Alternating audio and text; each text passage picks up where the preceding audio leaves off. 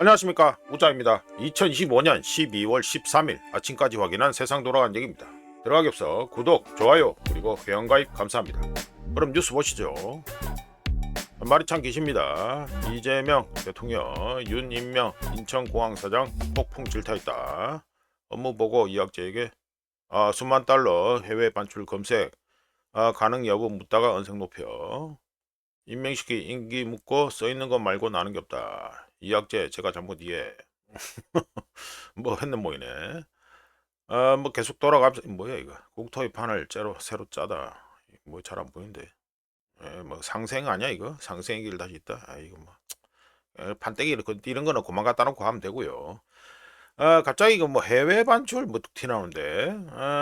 이거 인천공항공 사장 공항공사지. 이게 사장 이거 뭐 폭풍 질타고 나발이고 뭐 관심 없고요. 이거 쓱 보니까 이거 수만 달러 해외 반출 검색 이런 거 보니까 원화 똥값 된 걸 갖다가 외화 반출 이 탓으로 살짝 돌리려는 느낌이 드는데. 지금 환율 이거 엉망진창 된 거는요, 외화 반출 이거 들고 나봤자 얼마 들고 나가겠어요 이거. 얼마 들고 나가겠냐고 이걸. 이거 말도 안 되는 소리고요. 물론 뭐 팬들은 이거 보면 또 아이고 뭐 다 해가지고 뭐 수만 달러씩 퍽퍽퍽 해가지고 다 들고 나가는 모이다 미리 생각하겠지. 뭐 거기야 뭐 안 올라가고 뭐 말하는 것만 믿으니까.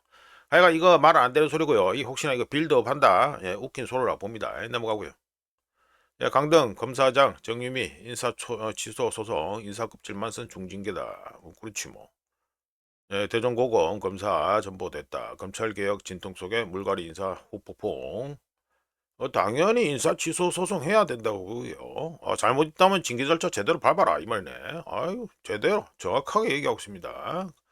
그 대검 검사 보직 정한 대통령령 그리고 검찰처법 위반 주장했다. 보직 변경이냐 강등이냐 제대로 말해라 이거지. 아유 뭐 기계가 넘치네. 정유미 검사장급인데 아이고 고검으로 값비우면 강등이지 뭐 그러면. 강등의 배경이 뭐라고 생각하냐 질문에 정부 여당에서 시행한 각종 검찰이나 형사사법 정책에 대한 개혁 법안 제도에 대해 다른 결의 얘기를 많이 했기 때문이라고 생각한다. 이거 대장동 항소건이 뭐 직접적인 이유 아니에요. 대놓고 나가라는 인사에 대놓고 나가라는 인사에 아쉬울 게 있어서 남은 것은 아니고 선배들이 책임을 다하지 못해 후배들한테 험한 꼴을 보이는 게 미안하다. 아이고 정확하게 얘기했습니다. 그러니까 검사장 보직에서 차장 부장검사 그 강등이지 뭐. 이따구 짓하고 앉아 있는데요. 이게 뭐야? 2007년 3월 이때면 노무현 정권 시절이죠. 2007년 3월 법무연수원 기획부장에서 뭐 서울공안검사로 배치된 권태호가 있다. 두 번째네. 그럼 몇 년 만이야? 한 18년? 18년 정도 만에 해가지고 두 번째로 이래가지고 강등을 당했다. 당연히 열 받지 그러면. 열 안 받겠어요? 당연히 열 받지. 소송 제대로 잘했다고 봅니다. 넘어가고요. 북한 러시아 파병 공병부대 귀국 환영식 김정은이가 나와서 9명 안타깝게 죽었다. 크루스코에서 지뢰 제거 임무 수행. 이거는 이미 뭐 작년에 이미 그 우크라이나 저 유튜브 이거 하면서 계속 얘기했다시피 북러 조약에 따라서 북한군이 병력이 해가지고 러시아 영토 안에 들어가는 거는 상관이 없습니다. 그거는 상관없고 뭐 이거 가지고 뭘 한다? 그럼 좀 웃긴 소리라 보고요. 뭐 그때 한창 무협지에서 뭐랬습니까? 뭐 우크라이나 러시아 땅이 아니라 쿠스코 러시아 땅이잖아요. 합법적인 러시아 땅이니까. 여기 아니고 뭐 우크라이나 땅까지 들어가서 작전 벌인다 뭐 이랬는데 그거는 웃긴 소리고. 그리고 이거 북한의 경우 이 공병대가 눈에 보이지 않게 활약을 많이 합니다. 지금 재건 사업 등등 우짜가 그 작년에도 이미 그 유튜브 시작할 때도 말씀드렸잖아요. 도네츠크 인민공화국하고 루안스크 인민공화국하고 해가지고 저 뭐야 러시아 주재 북한 대사관이 가가지고 이미 그때 2022년 봄에 가서 뭐야 각서 양해 각서 이런 거 쓰고 다 그랬어요. 그러니까 이 공병대가 계속해서 눈에 보이진 않지만 계속해서 활약하고 있었다. 이건 알고 계시면 되고. 저걸 웃고 있네. 예. 아이고 복귀했다고 해가지고 한번 또 걸어주고. 이게 사망자야? 둘, 넷, 여섯, 여덟, 아홉. 그러니까 요, 저, 지뢰 제거 작업하다가 이제 가지고, 사망했다 이거네. 여하간에 이거 들어가는 거는 이상할 거 없습니다. 크루스코에 들어가는 거는 이상할 게 하나도 없다. 이래 말하면 또 웃자보고 뭐 친북 빨갱이라 하겠는데. 네, 넘어가고요. 그 검등이 보시면 지난 24시간 동안 해가지고 0.46% 상승해가지고 이론스에 4만이란다. 계속 헷갈리네. 4299.71달러, 4299.71달러가 됩니다.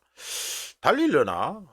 지금 벌써부터 달리나? 좀 느낌이 드는데, 지금 뭐 일단 봐야 되겠습니다. 봐야 되겠는데, RS 값, I 값도 70이 되고, 일단 봐야 되는데, 우짜계적으로는 뭐 내년 1월, 그러니까 뭐 지금 다음 달이죠. 다음 달부터 본격적으로 위클리 사이클에 들어갈 거라고 했으니까, 아직 고점은 뭐, 고점 해가지고 돌파한 건 아니고, 한번 지켜보죠. 지켜보면 되고. 자, 은덩이 보시죠. 은덩이는 어제 24시간 해가지고 마이너스 2.47% 하락해서 1온스에 61.97달러가 됐습니다. 그러니까 62달러라고 보면 되겠죠. 조금 내렸습니다. 조정 받았네. RSI 값도 71 초반까지 내려왔고. 은값이 지금 해가지고 갑자기 이제 급등하는 모습 보이죠? 이거 이유를 갖다가 조금 더 어제 또 말씀드렸는데 뭐 펀더멘탈 얘기하고 그랬는데 조금 더 말씀드려보면 은값이 급등하는 이유는 이미 뭐 우짜가 이미 다 말씀드렸고 본 컨텐츠에서도 이미 뭐 말씀드렸고 이랬는데 은값이 급등하는 이유는요 기존에 느리게 움직이던 여러 요인들 동인들이 마침내 동시에 작용했기 때문이다 이렇게 말할 수 있는데요. 구조적인 공급 부족 현상이 수년간 지속되면서 우짜가 그 은덩이 재고도 생산량이 수요를 갖다 못 쫓아간다라고 이미 말씀드렸습니다. 수년간 지속되면서 재고는 계속 줄어들고 있고 생산되는 대부분의 은덩이가 어떻게 생산되다? 그 다른 것들을 광산에서 다른 걸 캐는 과정에서 나오는 부산물이라고 제가 말씀드렸습니다.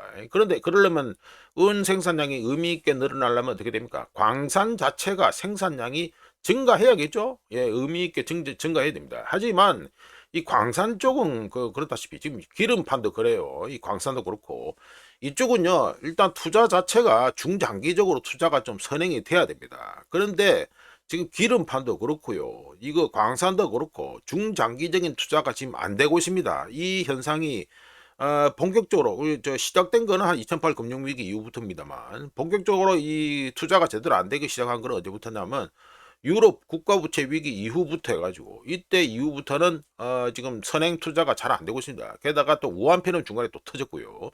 즉 이 말은 뭡니까? 광산 생산량 자체가 안 늘어나니까 그 은덩이 공급 자체도 은덩이 생산 자체도 잘 안 된다 이 말입니다. 참고로 광산 생산 이런 거는요. 우리가 집에서 전등 스위치 켜듯이 뭐 한번 띠깍 누른데 가지고 생산량이 막 폭발한다 이런 거는 전혀 가능하지 않다는 거 이건 알고 계셔야 되고요. 또한 또 뭐 있습니까? 태양광, 전기차, AI 하드웨어, 데이터 센터 등 산업 수요가 은값 상승의 주요 원동력으로 떠오르면서 은덩이가 필수 투입재로 자리 잡았습니다. 따라서 은값이 오르더라도 사람들 특히 투자자들 은에 투자하는 사람들은 물러서지 않고 있는 중이고요. 펀더멘탈하게 여러 가지 원인이 있죠. 여기에다가 또 있습니다. 패드의 통화 완화 정책. 뭐 다른 국가들 중앙은행은 이미 금리 인하하고 뭐 계속하고 있었잖아요.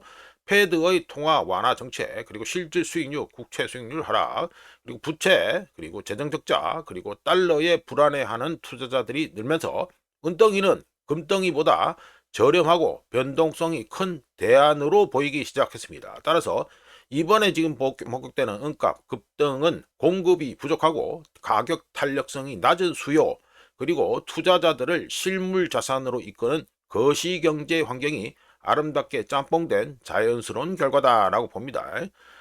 물론 뭐 내렸지만 뭐 우짜 보기에는 뭐 펀더멘탈하게 은값하고 금값 이거는 뭐 계속 잘 갈 거다 이렇게 봅니다. 얘는 뭐하고요. 달러ing 됐습니다. 지난 24시간 동안 가지고 0.02% 살짝 올라가지고 해가지고 볼린저 밴드 안으로 수납이 되었습니다. 98.37이 됐죠. 이게 지금 2011년부터 장기로 끈 라인이 트렌드 라인이 있는데 그 라인이 지금 현재 어디에 걸치냐면 97 초반대에 딱 걸립니다. 97 뭐 1, 2 요 정도에 딱 걸립니다. 그러니까 아직 여기 밑에까지는 좀 공간이 좀 있다. 이거는 알고 계시면 되겠고요. 자 넘어가 가지고 자, 이건 해가지고 우짜가 어제 해가지고 뉴스에서 오늘이 아니구나. 어제 해가지고 저녁에 저 외환시장 이거 아주 흥미진진할 것 같다라고 말씀드렸는데 예상대로 흥미진진했습니다. 국장 끝나자마자 우리나라 주식판 끝나자마자 그래가지고 바로 막 쳐올려가지고 바로 쳐올려가지고 이 꼴이 나왔는데 미친 듯이 쳐올려버리니까 쭉 올려버리니까 K 외환당국이 놀랐는지 계속해서 뭘 자꾸 던져가지고 막 계속 던지잖아요. 예, 계속 던지잖아요. 던지다가 한 방 또 두둑이 맞고 이게 얼마까지 올랐습니까? 던지는 쪽쪽 다 받아먹다가 한번 쭉 올린 게 얼마다? 1479.8원입니다. 어마어마하게 올립니다 이거. 어마어마하게 올렸고 막판에 어제 해가지고 막판에 우장현적으로 1477원 정도에서 마무리되지 않겠나 하고 이게 보다가 끝냈는데 막판에 도시락을 또 던져가지고 내렸습니다. 그래서 1달러에 1474원 이렇게 되죠. 아주 어제 흥미진진했다. 아이고 이 돈을 얼마나 썼을는지 모르겠는데 돈을 얼마나 썼을는지 모르겠는데 하여간 던지는 쪽쪽 다 받아먹었다는 거 이걸 알고 계셔야 됩니다. 참 심각하다 심각해. 네, 그래서 덕분에 우짜가 이번 주 하락으로 마무리해야 된다고 말씀드렸는데 아이고 주간 상승으로 해가지고 마무리를 해버렸네요. 골치 아프다 진짜. 하여간에 1달러에 우짜가 아침에 캡처한 시간으로 기준해서 이거 한 7시인가? 예, 캡처했는데 1달러에 1474.43원이 됐습니다. 넘어가고요. 그리고 엔화입니다. 엔화는 보시면 어제 해가지고 0.15% 싸져가지고 뭐 달러가 올랐죠. 예, 달러 오른 것만큼보다 조금 더 해가지고 좋아졌다. 그래가지고 1달러에 155.809엔입니다. 엔화의 경우에는요, 우짜가 말씀드렸다시피 다음 주 18일로 우짜가 기억하는데 18일에 일본 중앙은행의 금리 결정이 있습니다. 만약에 금리를 인상하는 걸로 결정한다 이러면 아주 흥미진진해질 거라는 거. 근데 인상을 안 하면 뭐 엔화는 또 더 싸지겠죠? 예, 그래 됩니다. 자, 넘어가고요. 이거는 중국의 경제 데이터 발표돼서 또 소개를 해드립니다. 위안화 신규 대출부터 말씀드리죠. 위안 이거 뭐 지금 신용해가지고 지금 대출 잘 안 된다 이 말입니다. 이 차트를 그냥 종합적으로 말씀드려가지고 위안화 신규 대출은 10월에 2220억 위안에서 11월 달에는 3900억 위안으로 증가했습니다. 하지만 가계 수요 부진에 따른 신용 수요 약세로 인해 2024년 11월 그러니까 작년 1년 전 5,800억 위안이었는데 위안화 신규 대출이 그리고 시장 예상치도 5천억 위안인데 여기에 많이 하회했다가 되겠습니다. 이어서 중국의 M2 통화 공급은 YOY 작년 동월 대비해 가지고 10월에 8.2%에서 11월 달에는 8%로 이것도 감소했고요. 이어서 미결제 위안화 대출 증가율은 YOY 작년 동월 대비해서 10월에 6.5%에서 11월 달에는 6.4%로 더 떨어졌습니다. 6.4%로 떨어지면서 1998년 해당 데이터가 기록된 이후 최저를 기록했습니다. 다음으로는 중국 경제의 신용과 유동성을 광범위하게 측정하는 사회융자 총량의 경우 10월 달에 8,100억 위안이었는데 11월 달에 2조 4,900억 위안으로 이거는 많이 증가했습니다. 여전히 디플레이션 귀신이 씌어있다. 예, 이게 되고요. 넘어가가지고 트럼프 태국 캄보디아 교전 중단하고 평화협정 복귀 합의했다. 네, 양국 총리와 오늘 아침 대화했다. 사태 해결에 협력할 수 있어서 영광이다. 계속해서 뭐 이런 거 팔고 있습니다. 이런 거 팔고 있는데요. 이미 앞전에도 지난번에도 이미 이래가지고 합의를 봤다 해가지고 뭐 휴전이 된이 많이 떠들었어요. 그런데 이게 안 됩니다. 우짜가 요거를 갖다가 본 컨텐츠로 작업 올릴 건데 왜 그러냐면 이게 과거의 저주가 씌여 있기 때문입니다. 뭐 센티면 저뭐 말초신경 톡톡 건드리는 거로 하면은 뭐 미국하고 중국의 이 대결에서 태국하고 캄보디아가 프록시 대리로 해가지고 뛰고 있다.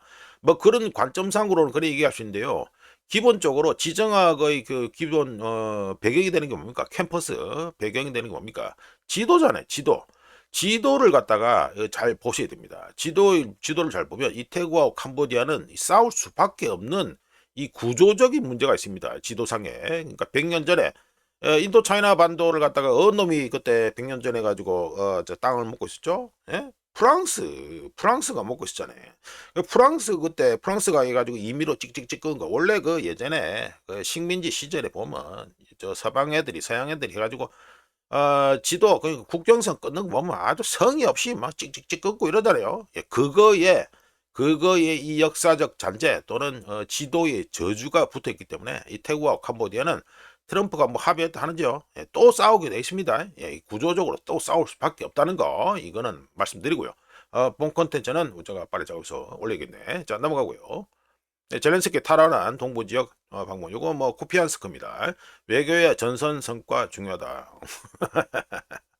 예, 쿠피안스크 일부 탈환, 시베레스크 장악. 아니 시베레스크 끝났고 시베레스크 끝났어요. 아이 뭐 시다 뭐야 아이고 주먹 들고 일하고 있네. 아이고 뭐 인상 쓰고 주먹 들고 아이 끝내준다 막. 자뭐 젤렌스키 얼굴 봤으니까 바로 해가지고 실제 해가지고 전장 환경으로 전장 모습으로 업데이트로 가죠.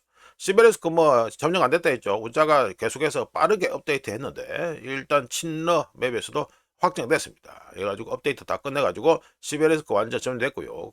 지도 꼬라지를 보시면 아시겠지만 이 남쪽에서 러시아군이 빠르게 나아가고 있습니다. 그리고 이 북쪽에는 우자가 지도를 뭐 제대로 캡처를 안 했는데 이 북쪽에 좀 더 올라가면 리만이 있죠. 예, 그 유명한 그러니까 우크라이나전에 관심 있는 분들한테는 상당히 유명한 리만인데 리만 방면도 억수로 불안합니다.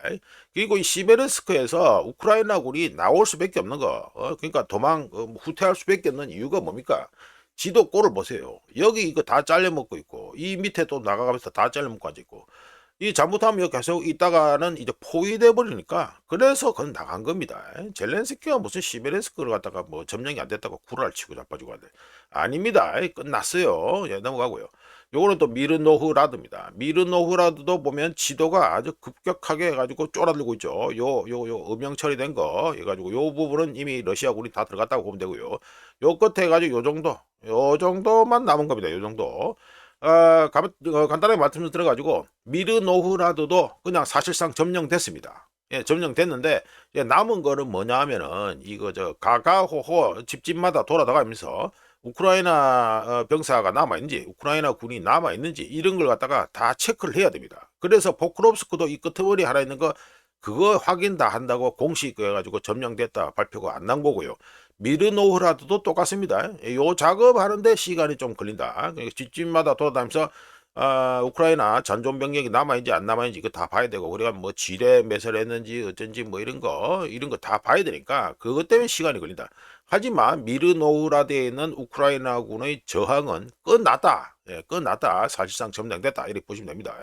넘어가고 요거는 또 후리아이폴레 이래 되죠. 보시면 아이고 어제보다 또 땅을 더 많이 먹고 들어가고 있습니다. 예, 제대로 지금 들어가고 있죠.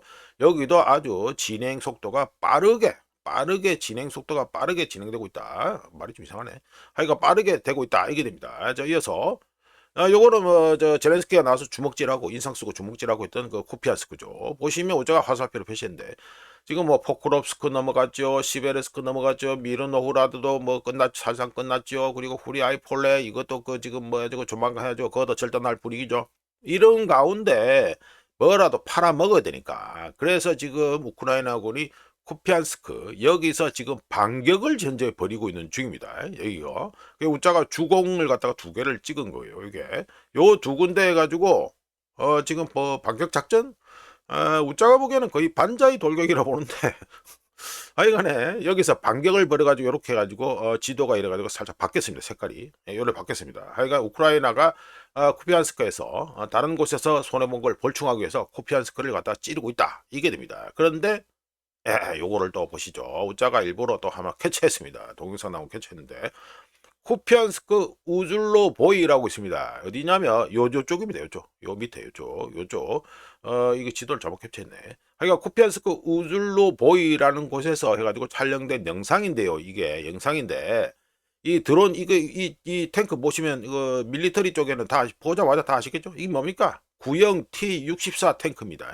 예, 구형 T-64 탱크인데 이게 지금 뭐 드론 케이지가 아주 성의 없죠. 그물이나 쓱 하나 좀 올려놓고 치압이고 이건 제대로 드론전에 대응이 되는 탱크가 아닙니다. 정말 미친 듯이 케이지를 갖다가 온 천지에 막 똘똘마리가 다 씌워야 되는데 요 딸랑 요거만 올려놨다. 그러니까 급하게 꺼냈다. 급하게 창고에서 꺼냈다는 걸 알 수 있죠. 자, 이렇게 되면 어떻습니까? T-64 구형 탱크까지 제대로 작업도 안 된 거, 드론 방어용 작업도 안 된 거, 이걸 꺼내가지고 전선에 투입했다. 이거는 뭡니까? 예비 물자까지 빡빡 긁어서 투입하고 있다는 걸 뜻합니다. 물론 이 화면은 보시면 드론에 의해서 이미 피격을 한번 당하고 움직이지 못하는 그 순간을 갖다가 캡처한 거고요. 자, 넘어가고요.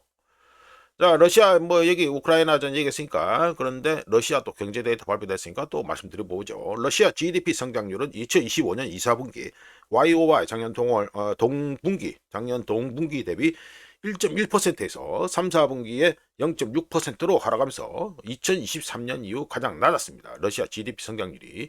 우크라이나 전쟁 비용, 그리고 저유가, 유럽 제재에 따른 천연가스 수출 감소, 대중국 교역 부진, 높은 금리, 그리고 루블화 강세 등 여러 가지 이유가 원인이 복합적으로 영향을 미쳤다. 그래서 러시아의 GDP 성장률이 3, 4분기에 0.6%로 하락했다. 이게 되겠습니다. 이어서 러시아의 무역 수지도 말씀드려보면 수출보다 수입이 더 많이 감소하면서 9월에 136억 무역 수지 흑자에서 10월에 111억 4천만 달러 무역 수지 흑자로 나왔습니다. 하지만 뭐 흑자액은 좀 감소했죠.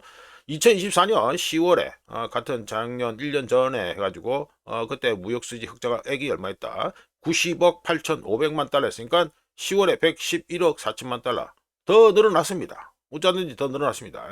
참고로 러시아 역시 국내 수요 약세로 인해 외국산 굿즈 수입이 더 많이 줄어들었습니다. 더 많이 줄어들면서 무역 수지 자체가는 뭐 잘 나오긴 잘 나오는데 이게 수출보다 수입이 더 많이 감소했다는 거, 요거는 좀 걱정거리라고 봐야 되겠죠.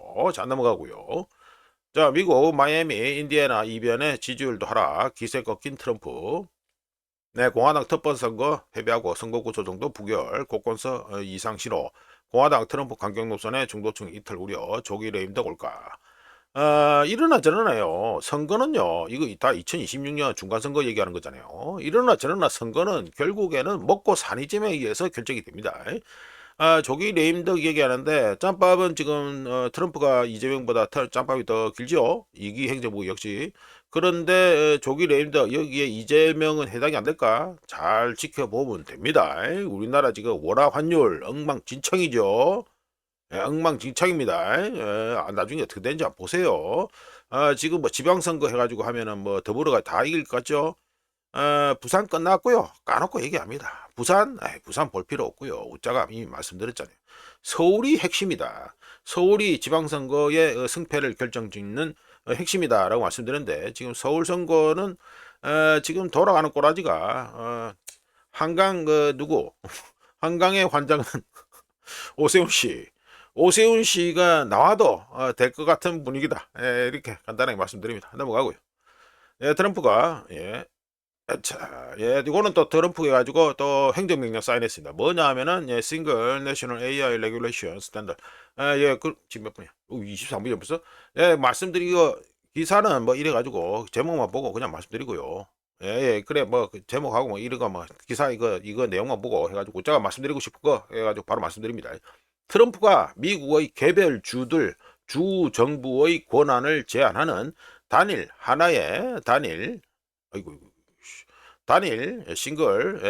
해가지고 국가 차원에서의 AI 규제, 요거를 갖다가 행정명령에 사인을 했는데 간단하게 줄여서 말씀드리면 각 주별로 AI 관련 법률들이 따로따로 다 있는데 이거를 무효화하는 행정명령에 사인했다는 소리가 됩니다.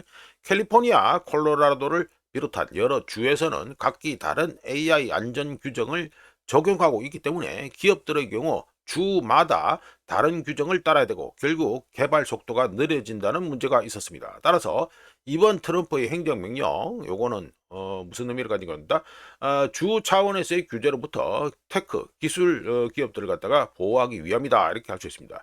물론 이거 행정명령 사인했대 가지고 다 되는 것도 아니고 각 주별로 또 뭔 일이 있겠습니까? 대규모 법적 분쟁이 또 다 이어질 것이다. 이거는 충분히 예상할 수 있겠죠. 하여간 트럼프 행정부는 개별 주들의 법률이 위헌이라고 주장할 것이 뻔하고 미 상무장관 러스트는 90일 이내 AI 기업들에게 시스템 작동 방식에 대한 투명성을 요구하거나 편향성 검사를 의무화하는 각 주들의 법률을 찾아내서 이거를 갖다가 이거 글러 먹었다 이렇게 해야 됩니다. 추가로 또 재정적 제재도 있습니다. 재정적 제재가 뭡니까? 트럼프 행정부의 경우 마음에 들지 않는 법률이 그 AI 관련 법률을 들고 있는 주들의 각 주들 스테이트 주들에 대해서 광대역 인터넷 확장에 제공되는 연방 자금 지원을 갖다가 안 해준다, 끊는다 이렇게 또 할 수도 있습니다. 이번 행정명령과 관련해 트럼프는 기업들에게 50개의 서로 다른 규정, 그러니까 50개 주별로 서로 다른 규정이 하나의 간소화된 규정집으로 바꿔야 된다라고 주장하면서 대표적인 예로 누굴 들었다? 중국을 들었습니다. 중국에는 이런 복잡한 그리고 다 따로 국밥으로 노는 게 없다라고 지적했습니다. 일단 AI에 있어서 AI 경쟁에 있어서 트럼프 행정부는 사실상 전시체제다 이렇게 봐도 뭐 무방하겠네요. 넘어가고요. 이거는 제 소제목 해가지고 해시스의 친절한 예고입니다. 물론 지금 유력하죠. 다음 패드 의장으로 유력한데 해시시 얘기한 걸 갖다가 바탕으로 해서 오늘은 뭐 토요일이니까 우짜가 소개 못한 뉴스들을 갖다가 모아서 말씀드리는데 해시시 발언한 걸 바탕으로 해서 우짜가 말씀드려봅니다. 해시시 내년 2026년에 예산 조정안이 있을 것이며 미 의회에는 사람들이 생각하는 것보다 더 많은 재정적 여유가 있기 때문에 경기 부양책을 벌일 수 있다고 발언을 했는데요. 이걸 바꿔서 말씀드리면 행정부의 관세 수입과 재정 적자 계산이 예상보다 잘 맞아 떨어지고 있기 때문에 예산 조정안에 트럼프가 얘기한 미국인 1인당 $2,000씩 쏴주기 이 경기 부양책이나 기타 우선순위 사업들을 위한 재원을 마련할 여유가 생겼다라는 주장이 됩니다. 참고로 예산 조정안, 미 의회에서 하는 예산 조정안의 경우 상원 의원 60명의 동의가 필요 없이 통과시킬 수 있는 미 의회의 특별 절차지요. 예, 그래서 그냥 과반수만 동의하면 됩니다. 예산 조정 절차를 사용할 경우 향후 10년 동안 재정 적자를 얼마만큼 늘릴 수 있는지, 얼마만큼 늘어난지에 대한 예산 점수라는 걸 매깁니다. 그걸 받게 되는데 버짓 스코어라고 하는데 혹시라도 제한된 예산안이 예산 점수보다 낮게 나오면 추가 지출과 감세안을 편성할 여지가 생기게 됩니다. 자, 이거를 갖다가 예산 조정안 요 관련해서 돌아가는 로직을 갖다가 해가지고 해시스의 주장에 대입하면 해시스는 재정 상황이 예산보다 좋다라고 말하면서 예산안이 당초 예상보다 더 많은 여유가 있다고 떠드는데 기본적으로 관세 수입이 증가하고 재정 적자가 예산보다 빠르게 개선되고 있다면 내년 2026년도 예산 조정안에 더 많은 지출과 감세안을 포함시키더라도 예산 한도를 초과하지 않을 수 있다라는 뜻이 됩니다. 해시시 지금 현재 차기 패드 의장 유력 후보인 가운데 해시스의 발언은 2026년에 어떤 일이 일어날지 어떤 일이 벌어질지를 예고하는 분명한 신호라고 말씀드릴 수 있는데 트럼프 행정부는 예산 조정 법안을 마련할 때 재정적으로 제약받지 않을 것이라는 신호를 이미 보내고 있고요. 해시시 덕분에 뭘 예상할 수 있죠? 더 큰 규모의 경기 부양책과 지출안이 나올 것으로 예상됩니다. 요약하면 뭡니까? 트럼프 행정부는 최소한 내년 2026년 중간선거 때까지는 현재의 자기들 기준에서는 경기 호황 이거를 유지하기 위해서 할 수 있는 짓은 모든 짓은 다 하겠다 이 소리가 됩니다. 돈 이빠이 풀겠다 이 소리가 되겠죠? 네, 요래됩니다. 넘어가가지고요. 이건 해가지고 중앙은행 대 채권 자경단이라는 소제목입니다. 자, 말씀 들어보면 뭐 2009년 이후 해가지고 롱데이트 그러니까 장기 국채 수익률 해가지고 이게 해가지고 상승 중이다 이 말이죠. 전 세계적으로 오르고 있다 이게 됩니다. 자, 말씀 들어보면 모두가 금리를 인하하고 있는 가운데 자, 패드도 이제 금리 인하에 저거 사이클에 다시 들어갔다라는 평가들을 하는 되니까 모두가 금리를 인하하고 있다고 할 수 있죠. 이런 가운데 글로벌 채권, 즉 국채 수익률이 2009년 이후 최고치를 기록하면서 금리 인하 사이클이 곧 끝날 수도 있다는 우려가 채권 시장에서 나오고 있습니다. 블룸버그가 추적하는 글로벌 장기 국채 수익률이 16년 만에 최고치를 기록했고요. 갱신했고, 이거 머니마켓 펀드 투자자들도 이런 분위기를 반영해서 트레이더들은 ECB 유럽 중앙은행이 추가 금리 인하 없을 것이다 라고 배팅하고, 일본 중앙은행이 12월 18일 다음 주죠. 12월 18일 미팅에서 금리 인상할 거다에 배팅하고, 그리고 호주는 2026년에 25bp씩 해서 두 번의 금리를 인상한다는데 배팅을 하고 있는 중입니다. 누가? 이 트레이더들이 채권시장 쪽에서. 미국 역시 패드의 금리 인하에도 불구하고 투자자들은 통화정책, 인플레이션, 재정 규율에 대한 더 암울한 전망을 하면서 30년 만기 미국채 수익률은 수개월 만에 최고치로 다시 상승하고 있습니다. 글로벌 듀레이션, 말해서 비싸게 말하면 글로벌 듀레이션, 이제 하여간 이거죠. 국채 수익률 이거죠. 장기물. 이거는 모든 곳에서 똑같은 이야기를 들려주고 있는데, 패닉이 아니라, 시장이 패닉 상태에 빠진 게 아니라 자금 조달 현실에 대한 꾸준한 가격 재조정이 벌어지고 있는 중이고, 이런 게 벌어지는 대표적인 이유가 뭡니까? 재정 적자, 국채 발행량, 늘어나는 국채 발행량, 그리고 채권, 국채를 갖다가 흡수하라는 압력, 이런 게 동시에 증가하고 있죠. 이런 게 증가할 경우 정책 금리 변동과 관계없이 장기 국채 수익률은 조정된다. 상승할 수밖에 없다. 이게 됩니다. 즉 채권 작용단은 현재 정책 방향을 보고 내가 그래. 그러면 우리는 해가지고 돈을 프리미엄을 더 받아야 된다. 이 얘기가 되겠죠. 자, 넘어가고요. 예, 요거 내가 또 선배 초제목입니다. 바쁩니다. 저 패드가 또 400억 달러 해가지고 12월 12일 그러니까 벌써 시작 돈을 갖다가 투입했죠. 예, 그러다 보니까 이게 여러 가지 또 문제가 또 일이 이어지고 이래 됩니다. 그래서 패드 유동성 공급 그리고 SOFR 요거 뭡니까? 담보보 이익금리죠. 이게 하락했다는 소제목으로 말씀드리죠. 자, 누구나 알고 있듯이 안전한 담보, 대표적으로 뭡니까? 미국 국채죠. 안전한 담보를 제공하고 하루 동안 현금을 빌리고 싶을 때 지불해야 되는 금리가 뭐냐 하면은 바로 SOFR입니다. 앞자 따가지고 SOFR 뭡니까? 담보부 이익금리죠. 요게 바로 하루짜리 해가지고 현금으로 땡기는 겁니다. 기본적으로 SOFR은 미국채를 담보로 한 당일 자금 조달 금리가 됩니다. 이게 참고로 SOFR은 리보라고 아시죠? 리보, 런던 은행 간 금리라는 게 있습니다. 지금은 잘 안 쓰죠. 이거 거의 안 씁니다. 안 쓰는데 SOFR이 리보를 대체한 이유는 뭐냐 하면 추측이 아닌 실제 거래를 기반으로 하며 금융시장의 핵심적인 역할을 하기 때문입니다. 따라서 SOFR이 이 금리가 변동한다. 이거는 단순히 현재 분위기나 예측이 아닌 현재 자금 조달이 용이한지, 실제로 자금 조달이 용이한지 또는 부족한지, 그리고 금융시장에 가해지는 스트레스, 압력이 얼마나 높은지를 보여주는 실시간 지표다라고 말할 수 있습니다. 자, 이런 전반적으로 해가지고 설명을 드렸는데, 이런 가운데 SOFR이 3.9% 수준까지 떨어졌다는 거. 예, 여기 해가지고 12월 10일 가지고 3.9%죠. 3.9% 수준까지 떨어졌다는 건 단기 자금 조달이 용이해졌다. 다르게 말하면 은행, 펀드, 딜러들이 현금 확보에 허덕이지 않고 있다는 걸 의미합니다. 더 쉽게 말씀드려서 유동성이 충분해서 금리에 부담을 주지 않고 자금이 저렴하게 거래되고 있다는 소리가 되죠. SOFR이 하락하는 건 일반적으로 두 가지 이유 때문이라고 할 수 있는데, 첫 번째는 뭐다? 패드, 미 연준이 적극적으로 완화 정책, 대표적으로 뭡니까? QE가 됐죠. 양적 완화. 이거를 갖다가 현재 시행 벌이고 있거나, 또 다른 거는 뭐 있다? 완화 정책이 문제를 갖다가 일으키지 않도록 시스템이 준비되어 있는 경우. 대표적인 게 뭡니까? 패드가 400억 달러 가지고 돈 때려 넣는 거 있죠. 해가지고 국채 매입하면서 이걸 준비하는 겁니다. 그러니까 시스템이 해가지고 어떤 문제에 휩싸이지 않도록 미리 준비하는 경우. 이건데 이게 두 번째가 바로 400억 달러 이게 되죠. 이 두 가지 원인이 있는데 2025년 12월 현재 상황은 분명히 후자 두 번째죠. 예, 두 번째 가지고 400억 달러 갖다가 미리 돈을 갖다가 국채 매입하면서 돈을 갖다가 돌리고 있으니까 이런 가운데 조용히 현재 진행되는 과정은 뭐다? 그러니까 첫 번째 앞으로 QE 양적 완화 쪽으로 조용히 넘어가는 과정에 있습니다.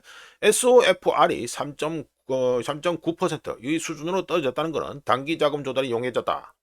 이거 해가지고 문자가 말씀드렸는데, 그렇다면 왜 SOFR이 하락하는데 이 원인이 대체 뭐냐? 예? 이 뭐냐라고 질문을 던져보면 부분적으로는 정책적 무게 또는 정책적 중력에 따른 이거 뭐 끌려 내려갑니다. 이렇게 말할 수 있습니다.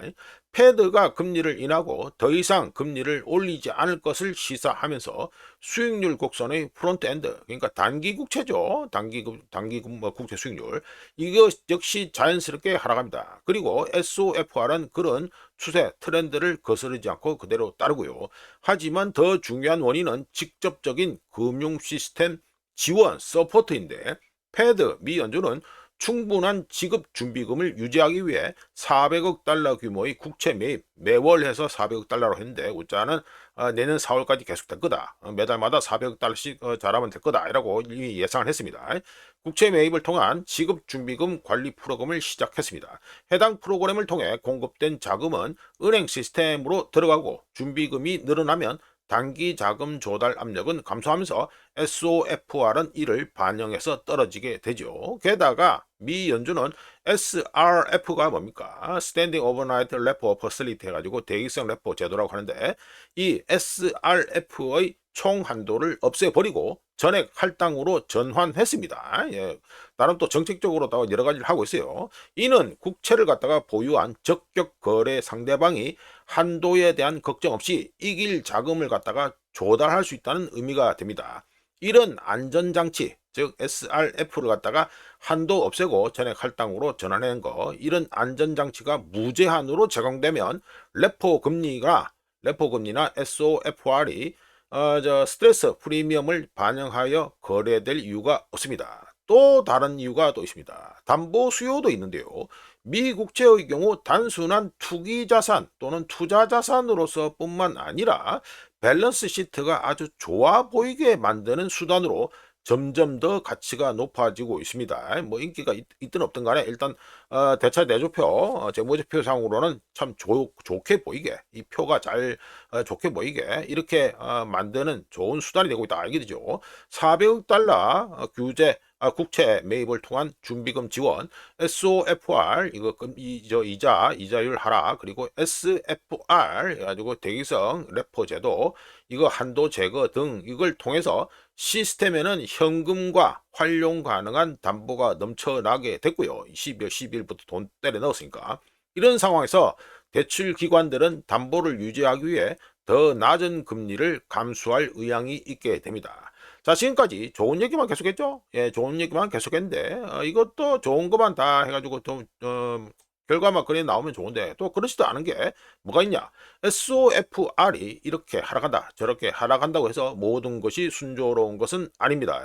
패드 미 연준이 경기 성장 둔화와 인플레이션 위험에서 포커스를 어디로 옮깁니까? 수요, 고용, 경제 안정으로 포커스를 옮긴다. 즉 리스크가 이동하는 상황에서 단기 자금 조달이 안정적으로 유지되도록 그냥 조치를 취하고 있을 뿐이게 됩니다. 쉽게 말해서 금융배관, 금융 시스템에 가해지는 압력을 일부러 선제적으로 낮추는 작업을 하고 있다는 소리가 되고요. 이렇게 하는 이유는 뭐죠? 경기 호황기에 들어섰기 때문이 아니라 경기 사이클 후반에서 여기서 전환되는 과정에서 시스템이 붕괴되지 않도록 패드 차원에서 하는 보호 조치다라고 할 수 있습니다. 관련해서 우자가 400억 달러 국채 매입에 대해서 방어적인 성격을 띠고 있다라고 이미 코멘트를 한 바 있습니다. 자, 넘어가고요. 자, 요번에 가지고 베이커 휴즈 나온 주간대가 나온 미국의 드릴링 숫자입니다. 말씀 들어보면 12월 12일 기준 베이커 휴즈에서 발표하는 오일 리그 카운트는 전주 413개에서 이번 주 414개로 1개가 증가했고요. 그리고 토탈 리그 카운트는 549개에서 548개로 1개가 감소했습니다. 자, 이러면 산수하면 어떻게 됩니까? 천연가스가 2개가 감소했다 이게 되겠죠. 지금 현재 드릴링 숫자는 지금 계속해서 지금 쫄아들고 있는 중이다. 이거는 분명히 아셔야 되겠습니다. 자, 이렇게 해서 2025년 12월 13일 아침까지 확인한 세상 돌아가는 얘기입니다. 구독, 좋아요, 그리고 회원가입 감사합니다. 다음 주 월요일에 찾아뵙겠습니다.